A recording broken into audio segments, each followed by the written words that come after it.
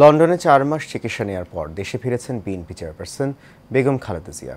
তাকে বরণ করে নিতে দলের নেতাকর্মীরা সকাল থেকেই হযরত শাহজালাল আন্তর্জাতিক বিমানবন্দরের বাইরে অবস্থান নেন।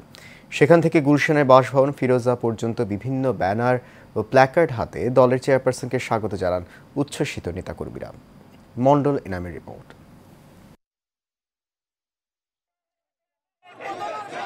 দীর্ঘ লড়াই সংগ্রাম শেষে 2024 সালে বাংলাদেশ সাক্ষী হয় এক নতুন ইতিহাসের। অগণতান্ত্রিকভাবে ক্ষমতা দখলকারী শেখ হাসিনার পতন ঘটে।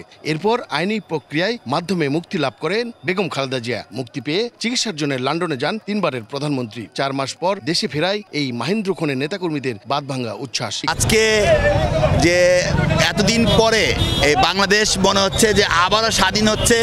আমাদের নেত্রী যার আশাতে বিভিন্ন জেলা থেকে নেতাকর্মীরা এসে এইখানে যে আজকে তার আনন্দ উচ্ছ্বাস, সেখানে বোঝা যায় আমাদের দেশের মানুষ কতটা তাকে ভালোবাসে। উন্নত চিকিৎসা শেষ করে বাংলাদেশে আসছেন, আজকে লক্ষ জনতা তাকে স্বাগত জানাবে। প্রিয় নেত্রীকে শুভেচ্ছা স্বাগত জানাতে সারিবদ্ধভাবে রাস্তার দুপাশে নেতাকর্মী ও সাধারণ মানুষের এই ঢল।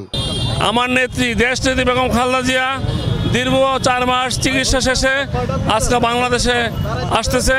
পুরা বাংলাদেশের জনগণ, ঢাকা মহানগর উত্তর বিএনপি সহ আমরা ওনাকে অভ্যর্থনা দেওয়ার জন্য প্রস্তুত আছি।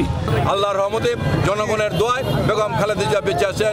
এই ফ্যাসিস্ট সরকারের পতনের পরে দেশনেত্রী বেগম খালেদা জিয়া এখন পর্যন্ত যে গণতন্ত্র প্রতিষ্ঠিত হয়নি, হারানো গণতন্ত্রকে নতুনভাবে প্রতিষ্ঠা করার জন্য সুদৃঢ়ভাবে, মানসিকভাবে, সুসংগঠিতভাবে আমাদের সকল নেতাকর্মীরা উজ্জীবিত হবে। অত্যন্ত ঐক্যবদ্ধ আমাদের যে প্রত্যাশা, এদেশের সাধারণ মানুষের যে প্রত্যাশা একটি অবাধ সুষ্ঠু নির্বাচন, সেই নির্বাচনের মাধ্যমে আমরা বিশ্বাস করি গণতন্ত্র পরিপূর্ণভাবে প্রতিষ্ঠিত হবে। ষড়যন্ত্রের সংখ্যা কাটিয়ে চিকিৎসা শেষে 3 বারের প্রধানমন্ত্রী বেগম খালেদা জিয়া দেশে আসছেন। এখন বাংলাদেশের মানুষ রাজনীতির নতুন এক সূর্য দেখার অপেক্ষায় রয়েছেন। Mondal Enam, Asian television, Dhaka.